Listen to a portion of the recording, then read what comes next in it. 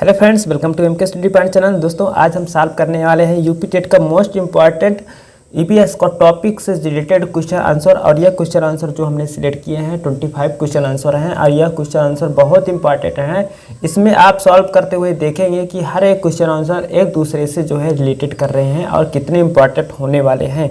तो फ्रेंड्स, यह आपके लिए बहुत इंपॉर्टेंट क्वेश्चन आंसर है और इसमें जितने भी टॉपिक दिए गए आपको हर एक टॉपिक अच्छे से क्लियर करना चाहिए। जरूरी नहीं कि जो इसमें टॉपिक दिया गया है, जो इसमें क्वेश्चन आंसर लिए गए हैं, उसी क्वेश्चन आंसर से आपके क्वेश्चन आंसर पेपर में भी आए, एग्जाम में भी आए।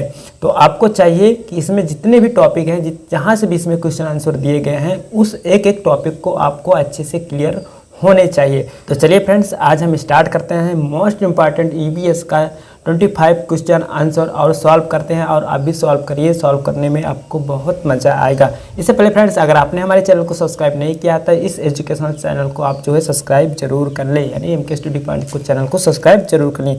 तो चलिए फ्रेंड्स, आज हम देखते हैं सबसे पहला क्वेश्चन है जो हमारा यूपीएस का यूपी टेट का बहुत मोस्ट इंपॉर्टेंट है। लगभग हर बार क्वेश्चन यह आया हुआ पेपर में है। तो देखिए, जो सबसे पहला क्वेश्चन है वो हमारा दिया गया है कि वर्ष 1984 के भोपाल गैस त्रासदी में निम्न में से किस गैस के रिसाव के कारण हुई थी। मतलब यह जो घटना है हमारी, ये जो घटना है हमारी 1984 में हुई थी। देखिए, यहाँ पर आपको एक एक बातें जो है ध्यान देनी है। यह घटना कब हुई थी? देखिए, यहाँ पे क्वेश्चन में ही बताया गया कि यह घटना 1984 में हुई थी। और किस, यहाँ पे पूछा है किस गैस के जो है त्रासदी मतलब होता है। त्रासदी मतलब होता है क्या फ्रेंड्स? होता है रिसाव। त्रासदी मतलब रिसाव होता है कि ये किस रिसाव के कारण यह घटना हुई थी। तो हम आपको बताते चले फ्रेंड्स कि यह जो घटना हुई थी, यह घटना 1984 ईस्वी में हुई थी। और कब हुई थी? यह हम आपको बता दें क्या 2 से 3 दिसंबर। देखिए, 2 से 3 दिसंबर हम इसलिए यहाँ पे कह रहे हैं क्योंकि यह कभी कभी पेपर में 2 दिसंबर दिए रहते हैं और कभी कभी पेपर में 3 दिसंबर दिए रहते हैं। तो इसलिए पेपर में 2 या 3 दिसंबर दिए रहते हैं क्योंकि यह जो घटना हुई थी, यह घटना हुई थी रात को कितने बजे? रात को 12 बजे। देखिए, रात को 12 बजे घटना हुई, 2 दिसंबर था। उसके जस्ट बाद 12:01 AM 2-3 AM जब स्टार्ट हो जाता है हमारे मिनट में, तो हमारा जो टाइम आ जाता है, दिन आ जाता है, वो 3 दिसंबर एक दिन आगे हो जाता है। तो इसलिए जो है इसको हम लेके चलते हैं, जानते हैं कि 2 दिसंबर या 3 दिसंबर को 1984 में जो है यह घटना हुई थी। रात को कितने बजे? 12 बजे हुई थी। और एक बात और यहाँ पे जानते चले फ्रेंड्स, इस क्वेश्चन में आपको कि यहाँ से क्वेश्चन हमारा ये भी बन सकता है कि इस घटना में लगभग कितने लोग मारे गए थे। इस घटना में जो मारे गए थे वो मारे गए थे लगभग 8000। कितने? 8000 प्लस लोग से ज़्यादा लोगों की इसमें क्या हुई थी? मृत्यु हुई थी। और यहाँ पे हम देखिए कि हमारे क्वेश्चन में क्या पूछा गया। तो हमारे क्वेश्चन में ये पूछा गया है कि वर्ष 1984 में भोपाल गैस त्रासदी में किस गैस के रिसाव के कारण हुई थी। तो यह आपको पता होना चाहिए कि यहाँ पे जो हमारा आंसर बन जाता है, यहाँ पे हमारा आंसर बन जाता है बी, मिथाइल आइसोसाइनाइड के कारण जो है हमारी जो भोपाल गैस में 1984 को घटना हुई थी। और इस घटना में मारे गए थे 8000 से अधिक लोग मारे गए थे। और यहाँ पे जो है 2 या 3 दिसंबर की इस घटना को अंजाम मिला था। और यह जो घटना थी ये औद्योगिक घटना थी। कौन सी घटना थी फ्रेंड्स? ये ध्यान देने बात है, औद्योगिक घटना थी। देखिए, यहाँ पे जो हमने यहाँ पे जिस चीज़ का आंसर है वहाँ पे जो हमें लगता है कि उसको अच्छे से बताना चाहिए, इंपॉर्टेंट है, उस चीज़ को हम यहाँ पे अच्छे से बता रहे हैं। तो यहाँ पे आप टाइम को ना देखें, यहाँ पे आप समझने की कोशिश करें, ठीक है फ्रेंड्स। तो चलिए हम आगे अब चलते हैं दूसरे क्वेश्चन के ऊपर। अब आपको ये पता हो गया है कि यह मिथाइल आइसोसाइनाइड के कारण हुई थी। क्वेश्चन के हिसाब से हमारा जो आंसर बन जाता है वो हमारा बन जाता है। देखिए, यहाँ पे सीरियल नंबर थोड़ा सा मिस्टेक हो गया था टाइपिंग में, लेकिन यहाँ पे जो हमारा आंसर है वो जानते रहिए, नाम मिथाइल आइसोसाइनाइड, इसको हम शॉर्टकट में IMIC भी बोलते हैं। तो चलिए फ्रेंड्स, आगे हम बात करते हैं दूसरे क्वेश्चन के ऊपर। तो देखिए, हमारा दूसरा जो क्वेश्चन है वो है ओजोन परत का अधिकतम ह्रास निम्न से किस पर हुआ है। तो देखिए, ये जो क्वेश्चन है ये भी हमारा बहुत इंपॉर्टेंट क्वेश्चन बन जाता है। ओजोन लेयर से संबंधित हर बार लगभग क्वेश्चन आते रहते हैं और बहुत इंपॉर्टेंट क्वेश्चन है। यहाँ पे हमारा जो पूछा गया है कि इसका जो अधिकतम ह्रास है, जो इसका हमारा क्षरण हो जा रहा है, वो किस जो है रेखा पे है। तो देखिए, हमने आपको जो है हमारे प्रीवियस वीडियो अगर आप देखेंगे तो उसमें आपको जो है हमारा भूमध्य रेखा के बारे में जो हमने बताया है, उसमें भूगोल जियोग्राफी से संबंधित हमने जो चैप्टर पढ़ा है उसमें कर्क रेखा, मकर में रेखा और ये भूमध्य रेखा, उसमें ग्लोब के बारे में मैंने बताया। तो उसमें बताया कि भूमध्य रेखा उत्तरी ध्रुव दक्षिण ध्रुव कहाँ पे होती है। तो हमने उसमें बताया कि ओजोन लेयर है जो वायुमंडल में, हमने प्रीवियस में बताया। अगर आपको उसको डिटेल में देखना है तो आप वहाँ पे आप जाके देख सकते हो। तो हमने वायुमंडल में आपको बताया कि ओजोन परत जो पाई जाती है, सबसे पहले आप जान लें कि ओजोन परत कहाँ पाई जाती है, बहुत इंपॉर्टेंट है। और इसका रासायनिक नाम क्या है, इसका रासायनिक नाम है O3। और जो यह पाई जाती है, यह पाई जाती है कहाँ पे, समताप मंडल पे पाई जाती है। कहाँ पे फ्रेंड्स पाई जाती है, समताप मंडल में पाई जाती है। और समताप मंडल की निचली परत में यह पाई जाती है ओजोन परत। और ओजोन परत हमारे लिए क्यों हो सकता है, तो आप जानिए जो ओजोन लेयर होती है, ये ओजोन लेयर जो है हमारे लिए बहुत जो है सुरक्षा प्रदान करती है। ये जानते रहिए जो हमारे सूर्य की पराबैंगनी किरणें हैं, जो हानिकारक किरणें हैं, क्या, जो हानिकारक किरणें हैं सूर्य की पराबैंगनी किरण जिसको बोलते हैं, ये इस किरण को, इस पराबैंगनी किरण को, इस परा, एक मिनट यहाँ चलिए आपको बताते हैं। ये जो पराबैंगनी किरण है, पराबैंगनी किरण को, इस पराबैंगनी किरण को ये हमारा सूर्य से जो आती है, जो सूर्य से आती है, ये जो ओजोन लेयर होती है इसको है ऑब्जर्व कर लेती है और यह पृथ्वी तक नहीं पहुंचने पाती है। इसी से हमारी जो है सुरक्षा हो जाती है। तो आप समझ चुके हैं कि ओजोन लेयर हमारे लिए कितनी जो है इम्पॉर्टेंट है। लेकिन यहाँ पे एक आश्चर्य की बात यह है कि अब जो है इतना जो है हमारे यहाँ इंडिया में या कहीं भी देश में देखिए तो इतना वो चल गया है कि वायुमंडल में ऐसी गैसें पाई जा रही हैं, तो जिसकी वजह से जो है इसका क्षरण होता जा रहा है। तो यहाँ पे इसी से पूछा गया है कि इसका जो अधिकतम ह्रास हो रहा है वो कहाँ पे हो रहा है। तो ये जो है हमारा बन जाता है ऑप्शन सी बन जाता है कि दक्षिणी ध्रुव में जो है अधिकतम ओजोन लेयर की ह्रास हो गया है, या इसको अंटार्कटिक वृत्त भी बोलते हैं। वहाँ पे भी जो है दक्षिणी ध्रुव होता है, तो वहाँ पे जो है इसका अधिकतम ह्रास पाया जाता है। ठीक है फ्रेंड्स, तो ये ओजोन लेयर से संबंधित हमने सारे क्वेश्चन आंसर बता दिए आपको। और ओजोन दिवस कब मनाया जाता है फ्रेंड्स, ये भी आपको जब पता होना चाहिए। 16 सितंबर के सब क्वेश्चन आए हुए हैं, 16 सितंबर जो है ओजोन दिवस मनाया जाता है। तो चलिए फ्रेंड्स आगे चलते हैं, क्योंकि टाइम ज़्यादा यहाँ पे हो रहा है, हमें पता भी है, लेकिन हम डिटेल में बताना चाहते हैं। देखिए किस वर्ष, तीसरा क्वेश्चन देखिए, किस गैस के वर्षा के पानी में घुलने से वर्षा का पानी अम्लीय हो जाता है। तो देखिए यहाँ पे बात की गई है कि जो वर्षा का पानी है जब बरसता है तो इसमें कौन सी ऐसी गैस मिल जाती है, कौन सी ऐसी गैस मिल जाती है कि उसका पानी अम्लीय हो जाता है और यह जो है हमारे घर वगैरह को नुकसान करता है। तो यहाँ पे हम देखिए कुछ चल देते हैं ऑप्शन की तरफ। देखिए यहाँ पे बात करते हैं, ऑप्शन में दिया गया है carbon dioxide, hydrogen, nitrogen monoxide, sulphur dioxide. तो यहाँ पे सीधे बात कर लेते हैं, सभी को पता है लगभग ये इसका आंसर क्या होगा। तो यहाँ पे सल्फर, जो चौथा ऑप्शन है हमारा सल्फर डाई, जिसको हम रासायनिक नाम क्या कहते हैं या SO2 कहते हैं, ये हमारा सही ऑप्शन बन जाता है। और इसी सल्फर डाइऑक्साइड की वजह से आप देखते होंगे ताजमहल का जो पीला रंग हो जाता है, इसी की वजह से जो है हुआ है। और इसमें क्या होता है कि जो पत्थर होता है वो मतलब कि गल जाते हैं, क्षरण हो जाता है पत्थरों का, इसी के कारण। तो इसी के कारण जो है हमारा घर में जो मकान और मकान होते हैं अम्लीय वर्षा के कारण ही परिवर्तन हो जाता है। और अम्लीय वर्षा जो है ये सल्फर डाइऑक्साइड गैस के मिलन की वजह से ही होता है। और इस घटना को हम किस नाम से जानते हैं, तो आपको पता है कि जो है यहाँ पे जानते हैं, इस घटना को हम एक नाम देते हैं। यहाँ पे जो नाम दिया गया है, यहाँ पे देखिए पेपर में पूछे भी जाते हैं काफ़ी। तो इस घटना को आप जानते रहिए, इस घटना को कहीं कहीं जो है ऑप्शन में दे रहे हैं किस नाम से जाना जाता है, तो आपको पता होना चाहिए। इसको स्टोन कैंसर कह सकते हैं। क्या कह सकते हैं, स्टोन कैंसर। एक मिनट, क्या जरा भाई, हाँ तो चलिए इसको हम क्या कहते हैं, स्टोन कैंसर कहते हैं। एक मिनट देखिए, इसको हम एक मिनट, इसको हम स्टोन कैंसर कहते हैं। क्या, स्टोन कैंसर, इस घटना को जानते हैं। या इस घटना को हम मार्बल कैंसर भी कहते हैं, क्योंकि मार्बल आप जानते हैं मार्बल की हानि होती है। और इस घटना को जो है हम कहते हैं क्या, स्टोन लेप्रोसी कहते हैं। क्या कहते हैं, स्टोन लेप्रोसी कहते हैं। देखिए स्टोन लेप्रोसी इंपॉर्टेंट बन जाता है, क्योंकि देखिए कैंसर से आपको सबको पता हो जाता है कि हानिकारक से संबंधित है। लेकिन यहाँ जो लेप्रोसी है, ये लेप्रोसी का मतलब जानते हैं कुष्ठ रोग होता है। तो यहाँ पे आपसे थोड़ा याद करने के लिए ट्रिक जानते हैं कि स्टोन लेप्रोसी भी जो है, ये जो है स्टोन लेप्रोसी, ये इसको जानते हैं इस घटना के नाम से कि जो अम्लीय वर्षा होती है इसकी वजह से हमारे जो मकान का कलर जो है चेंज हो जाता है, लगभग पीला हो जाता है। और हमारे जो सीमेंट वगैरह जो इसमें लगे रहते हैं उसका क्षरण हो जाता है, वो गल जाते हैं। तो इसको हम किस नाम जानते हैं? स्टोन लेप्रोसी के नाम से जानते हैं, स्टोन कैंसर के नाम जानते हैं, मार्बल कैंसर के नाम से जानते हैं, नाम से जानते हैं। और यह घटना जो होती है सल्फर डाइऑक्साइड की वजह से होती है, अम्लीय वर्षा होती है। अब फ्रेंड्स हम बात करते हैं चौथे क्वेश्चन के ऊपर। चलिए फ्रेंड्स चौथा क्वेश्चन चलते हैं।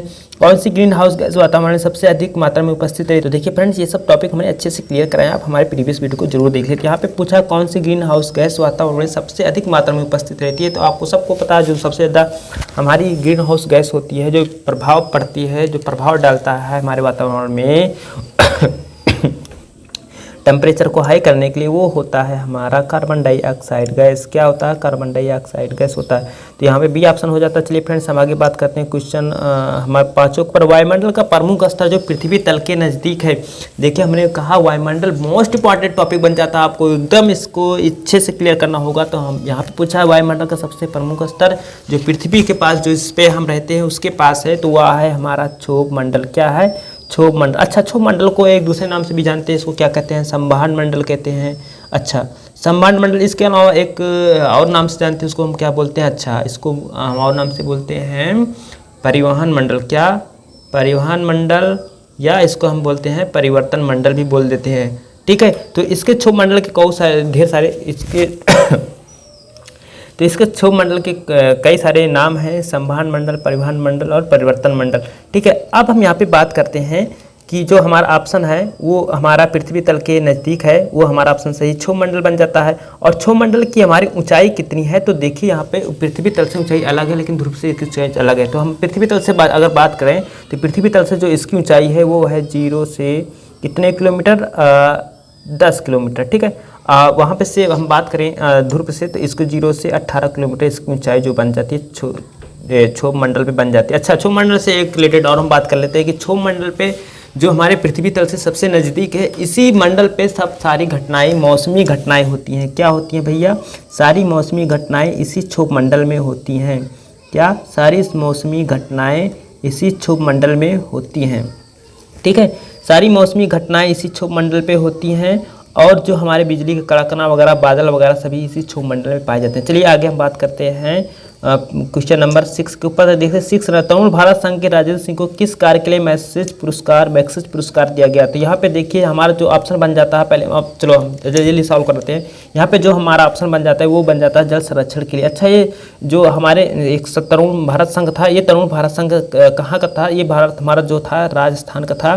कहाँ का था ये संघ? जो है राजस्थान का था। इसमें क्या बात की गई थी कि इसमें बात ये की गई थी कि जो जल संरक्षण है, जो हमारा जल की हानि हो रही है, इसके बचाव के लिए इसमें जो है सारे संघ लोग हैं इसके बचाव के लिए कार्य कर रहे थे। तो इन्हीं संघ के लोगों को जो इसमें मेन थे वो थे राजेंद्र सिंह को। इन्हीं राजेंद्र सिंह को जो है इसका पुरस्कार, किसका पुरस्कार? मैक्सेस पुरस्कार दिया गया। तो हमारा जो ऑप्शन बन जाता है किसके लिए? जल संरक्षण के लिए। चलिए हम बात करते हैं आगे डिटेल में। अवतल दर्पण के अत्यंत निकट जब बिंब प्रतिबिंब को रखते हैं तो प्रतिबिंब कैसे होता है? यहाँ पे देखिए जो साइंस का चीज़ है, साइंस और हम जो भौतिक विज्ञान है और जो हमारा जियोलॉजी है, जो विज्ञान है, उसको हम अच्छे से लेके आगे चलेंगे। लेकिन अभी यहाँ पे यूबीएस की बात करें कि यूबीएस का बहुत बड़ा जो है टॉपिक है, इसलिए आपको यहाँ पे अच्छे से क्लियर करना बनता है। ईबीएस में देखिए आपका आ जाता है, ईबीएस की जो जियोग्राफी है वो भी आ जाता है आपका। साइंस में जो है हमारे भौतिक, केमिस्ट्री और जीव विज्ञान, ये सब सारी चीज़ें आ जाती हैं। तो यहाँ देखो सब सारे मिक्स होते हैं। तो यहाँ पे पता अवतल दर्पण, ये देखो क्वेश्चन इसलिए मैं देखे जो साइंस के क्वेश्चन है वो बेसिक होते हैं। यहाँ पे बेसिक इसलिए पूछा गया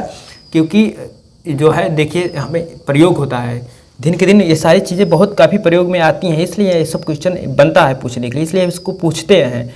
ठीक है, तो इसको साइंस मतलब से कि आर्ट वाले हैं तो साइंस के क्वेश्चन कहाँ से कर पाएंगे, तो ये आसान क्वेश्चन है। तो यहाँ पे पूछा अवतल दर्पण के अत्यंत निकट जब प्रतिबिंब को रखते हैं तो प्रतिबिंब कैसे बनता है? तो आपको पता है जो अवतल दर्पण होता है उसका जो प्रतिबिंब बनता है वो बनता है हमारा आभासी बनता है, सीधा बनता है, आवर्धित होता है।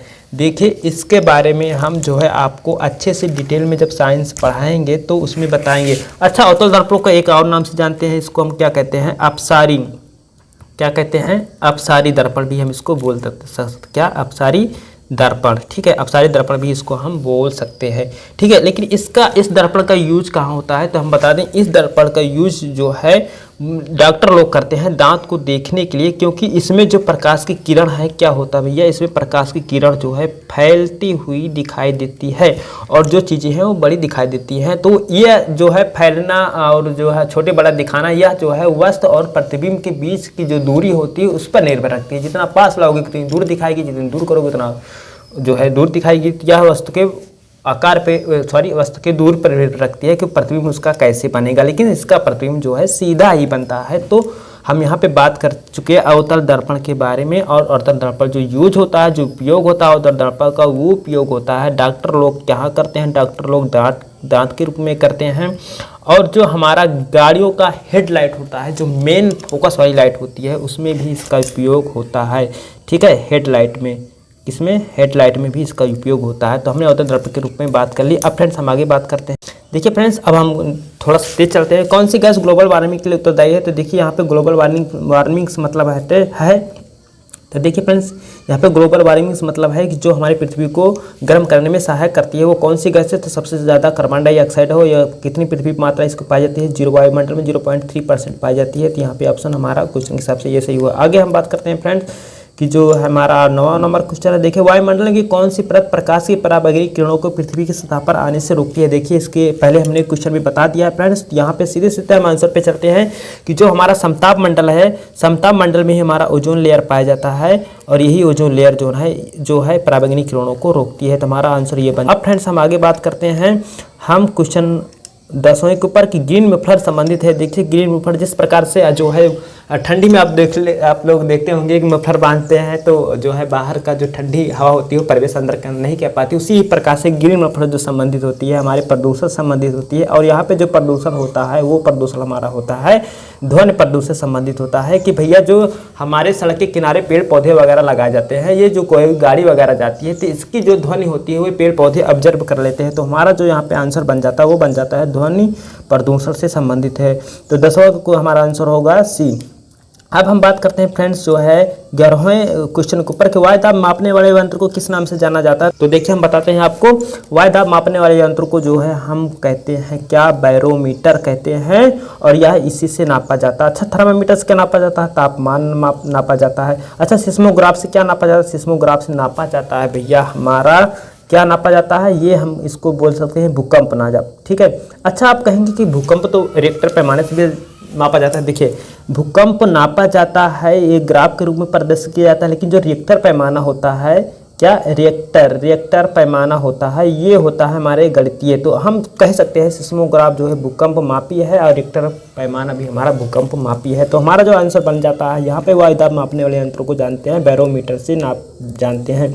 देखिए यहाँ पे एक और हमारा ऑप्शन है, इसको बताते हैं हाइग्रोमीटर। क्या है? हमारे वायुमंडल में जो आर्द्रता उपस्थित होती है इसके नापने के लिए हमारी मदद करती है। ठीक है, आगे हम बात करते हैं फ्रेंड्स 12वें क्वेश्चन के ऊपर कि पृथ्वी के वातावरण को किस सतह में ओजोन परत पाई जाती है? तो देखो, अभी हमने बताया था कि इंग्लिश में भी आपको नाम याद रखना जरूरी है। तो यहाँ पे जो है हमारा जो आंसर बनता था वो स्ट्रेटोस्फीयर बन जाता है। ठीक है, आगे हम बात करते हैं फ्रेंड्स 13वें क्वेश्चन को। बंद कमरे में यदि कोई 3-4 घंटे के लिए कोयले की अंगीठी का प्रयोग करता है तो इसका खतरनाक प्रभाव पड़ता है। तो देखिए, बहुत इंपॉर्टेंट क्वेश्चन है, आपको जानना जरूरी है कि केमिस्ट्री क्वेश्चन है। तो देखिए यहाँ पे ये बात होती है कि रक्त में कार्बन डाइऑक्साइड की मात्रा बढ़ जाएगी। ठीक है, सॉरी, कार्बन डाइऑक्साइड की मात्रा नहीं बढ़ेगी, यहाँ पर कार्बन मोनोऑक्साइड की मात्रा बढ़ेगी। तो यहाँ पे देखिए ये तीसरा हमारा सी ऑप्शन है, रक्त में जो है कार्बन मोनोऑक्साइड की मात्रा बढ़ जाएगी। तो हमारा सी ऑप्शन यहाँ पे सही बन जाता है। तो फ्रेंड्स आगे हम बात करते हैं हम क्वेश्चन 14वें के ऊपर की अम्लीय वर्षा से ऐतिहासिक इमारतें तथा मूर्तियों का संक्षिप्त क्षरण होना कहलाता है। देखिए, इसके पहले हमने डिटेल में अच्छे से बताया क्वेश्चन के ऊपर कि आपको ऐसे रिलेटेड बहुत सारे क्वेश्चन मिलेंगे तो आपको सॉल्व करने में मदद मिलती है। देखिए यहाँ पे उसी से यहाँ पे संबंधित क्वेश्चन आ गया कि अम्लीय वर्षा से ऐतिहासिक इमारतों तथा मूर्तियों का संचारित क्षरण होना कहलाता है। तो यहाँ पे देखिए स्टोन लेप्रोसी कहलाता है, इसलिए हमने डिटेल में बताने की कोशिश की, आगे आपको मदद भी कर रही हैं ये सब सारे क्वेश्चन सॉल्व करने में। देखिए, विश्व ओजोन दिवस मनाया जाता है। देखिए, इसको हमने बताया था कि विश्व ओजोन दिवस कब मनाया जाता है? 16 सितंबर को मनाया जाता है। तो यहाँ पे टाइम नहीं लेना है, ये हमारा सही आंसर हुआ। अब आपको हम बात करते हैं BOD5 क्या है। तो देखिए BOD5 क्या होता है? ये जल प्रदूषण नदी या तालाब या पोखरों में कितना हमारा जल प्रदूषण है, इसको नापने के लिए जो है BOD 5 का उपयोग किया जाता है। BOD 5 क्या है तो हम बता दें, इसका पूरा नाम है बायोकेमिकल ऑक्सीजन डिमांडिंग 5 सॉरी ये नहीं होगा, ये होगा हमारा बी ऑप्शन है। BOD 5 क्या है, बायोकेमिकल ऑक्सीजन डिमांडिंग 5 डेट, ये हमारा आंसर सही बन जाता है। कौन आंसर भैया सही बन जाता है, बी आंसर हमारा 16 का सही बन जाता है। चलिए आगे हम बात करते हैं फ्रेंड्स कि इनमें से कौन सी वैश्विक तापमान की जिम्मेदार है। तो हमने बताया था ना कि जो गर्म पृथ्वी को करने के लिए गैस जो है हमको ज़्यादा सहायक करती है उसी को हम वैश्विक तापमान कहते हैं। यहाँ पे गैस के बारे में पूछा तो टाइम न लेते हुए हमारा सी ऑप्शन बन जाता है, कार्बन डाइऑक्साइड गैस। तो चलिए फ्रेंड्स हम 18 क्वेश्चन के ऊपर बात करते हैं कि विश्व उष्मायन के लिए इनमें से कौन सा एक कारक है। तो देखिए विश्व उष्मायन या वैश्विक तापमान या ग्लोबल वार्मिंग सब सारे एक दूसरे रिलेटेड करते हैं। तो यहाँ पे पूछा विश्व उष्मायन के लिए इनमें से कौन सा एक कारक है। यहाँ पे देखिए वाहन से निकलने वाली जो गैस होती है ये सबसे ज़्यादा कारक बन जाए। देखो भट्टे से निकलने वाली गर्म हवा ये भी तो है, लेकिन ये वायुमंडल को गर्म करते हैं, लेकिन विश्व उष्मायन के लिए पे है तो ज़्यादा हमारा जो है एग्जैक्ट क्वेश्चन का आंसर बन जाता है वो वाहनों से निकलने वाली गैस बन जाती है। तो यह हमारा सही होता है 18वें क्वेश्चन का। आगे फ्रेंड हम बात करते हैं कि ध्वनि प्रदूषण मापा जाता है। तो देखिए ध्वनि प्रदूषण जो मापा जाता है हमारा डेसिबल में नापा जाता है, सबको पता है। तो हमारा कौन सा आंसर हुआ, सी हुआ। अब हम बात करते हैं हवा में सर्वाधिक मात्रा में पाई जाने वाली गैस है। देखिए हवा में सबसे ज़्यादा कौन सी गैस पाई जाती है, हमने वायुमंडल पढ़ाया था तो आपको सबको पता होना चाहिए कि वायुमंडल में जो सबसे ज़्यादा गैस पाई जाती है वो पाई जाती है नाइट्रोजन। कितनी गैस पाई जाती है, वो पाई जाती है नाइट्रोजन हमारी वायुमंडल में 78% पाई जाती है। अच्छा ऑक्सीजन कितनी पाई जाती है, 21% पाई जाती है। कार्बन डाइऑक्साइड कितनी पाई जाती है, 0.03% पाई जाती है। ठीक है, हाइड्रोजन कितनी पाई जाती है, ये हमारी जो है वायुमंडल जो लेयर होता है सबसे ऊपर ही पाई जाती है। इसमें कितनी लगभग ये पाई जाती है, सबसे अधिक पाई जाती है ये सूर्य की किरण के पास। सूर्य में क्या सबसे ज़्यादा हाइड्रोजन पाया जाता है, ठीक है, अधिकता होती है। तो फ्रेंड्स आगे हम बात करते हैं आपकी 21 नंबर क्वेश्चन क्या, निम्नलिखित में से कौन सी ग्रीन हाउस गैस है। तो देखिए सबसे ग्रीन हाउस कौन सी गैस है, देखिए ग्रीन हाउस गैस मतलब कि जो हमारे नीचे को गर्म करने के सहायक करते हैं, ऊपर जाने में गैसें तापमान को मदद नहीं करते हैं, वो सारी गैसें ग्रीन हाउस होती है। यहाँ पे देखिए कार्बन डाइऑक्साइड है, मीथेन भी है, जलवाष्प यानी कि उपयुक्त सभी हैं। चलिए फ्रेंड्स हम आगे देखिए फ्रेंड्स अगर आपने जो है हमारे चैनल को सब्सक्राइब नहीं किया तो आप हमारे चैनल को सब्सक्राइब जरूर कर लें, ताकि ऐसे ही वीडियो हम प्रतिदिन लाने की कोशिश करेंगे और आपको जो है सॉल्व करने में मज़ा आएगा। तो आप सब्सक्राइब कर लेंगे तो आपको जो है इसका नोटिफिकेशन तुरंत मिल जाएगा और आप वीडियो देख सकेंगे और आपके लिए हेल्पफुल साबित हो सकेगा। तो चलिए फ्रेंड्स हम आगे बात करते हैं 22 नंबर क्वेश्चन को। देखिए 22 नंबर क्वेश्चन कह रहा है कि ताजमहल के पीले होने के लिए निम्नलिखित में से कौन सी जिम्मेदार है। देखिए हमने पहले आपको डिटेल में बताया ना, अब यहाँ पे आपको सॉल्व करने में मजा दे रहा है कि नहीं दे रहा, तो हमने पहले ही बता दिया कि आपको सॉल्व करने में बहुत मजा आएगा। तो देखिए यहाँ पे जो हमारा क्वेश्चन का आंसर बन जाता है ताजमहल के पीले रंग होने के लिए निम्न से कौन सी जिम्मेदार है। तो वो हमारा जिम्मेदार है भैया कौन सा गैस, सल्फर डाइऑक्साइड, इसको क्या कहते हैं, SO2 कहते हैं केमिकल भाषा में। अब हम बात करते हैं 23वां कि निम्नलिखित में से कौन सी अदिश राशि है। देखिए अदिश राशि जो हमारी होती है वो होती है द्रव्यमान। अच्छा अदिश राशि की हम अगर बात करें तो अदिश राशि थोड़ा जान लीजिए, क्योंकि बहुत इंपॉर्टेंट बन जाता है कि अदिश राशि वह राशियाँ होती हैं जिसमें केवल परिमाण होता है, दिशा नहीं होती है।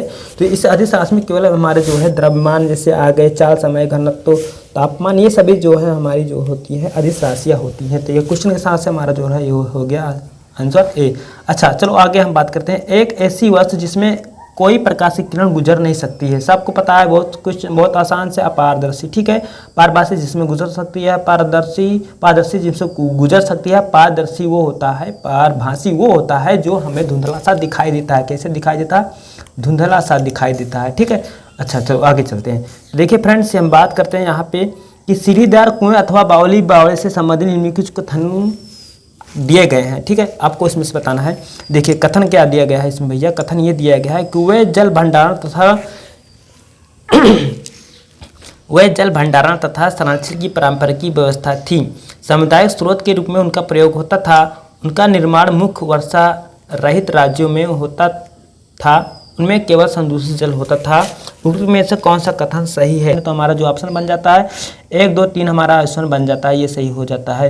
तो चलिए फ्रेंड्स हम आगे क्वेश्चन के ऊपर बात करते हैं। देखिए फ्रेंड्स हमने 25 क्वेश्चन आंसर आपको अच्छे से सॉल्व करा दिए। हमने 5-6 क्वेश्चन आंसर आपको बहुत डिटेल से स्टार्टिंग में बताए थे, वो टाइम टेकर ज़्यादा थे, लेकिन आपको आगे वाले क्वेश्चन सॉल्व करने में आपके लिए बहुत हेल्प साबित हुई। तो फ्रेंड्स इस तरह से क्वेश्चन आंसर आपको पाने के लिए अगर आपने हमारे चैनल को सब्सक्राइब नहीं किया तो प्लीज़ हमारे चैनल को सब्सक्राइब जरूर कर लें, आपको बहुत हेल्प करेंगे। यूपी टेट में हम गारंटी देते हैं कि आपको हम 2 सब्जेक्ट लेके चलने वाले हैं, साइकोलॉजी और EVS, ये दोनों सब्जेक्ट लेके चल रहे हैं। इसमें गारंटी देते हैं कि आपको इसमें हम सफल जरूर कराएंगे। तो देखिए हमने कितने क्वेश्चन लिए थे, हमने लिए थे इसमें 25 क्वेश्चन लिए थे, कितने 25 क्वेश्चन लिए थे, और हमने इसको कितने मिनट में लगभग सॉल्व करा दिया, 26 मिनट में सॉल्व करा दिया। तो फ्रेंड्स इस तरह से चैनल को आपने सब्सक्राइब नहीं किया तो सब्सक्राइब जरूर कर लें ताकि हमारे वीडियो को नोटिफिकेशन आप तक पहुंच जाए। तो फ्रेंड्स आज की वीडियो आपके लिए बहुत हेल्पफुल साबित हुई होगी, ऐसा हम आशा करते हैं। तो फ्रेंड्स चलिए हम आपको अगले नेक्स्ट वीडियो में मिलते हैं, तब तक के लिए बाय बाय, टेक केयर।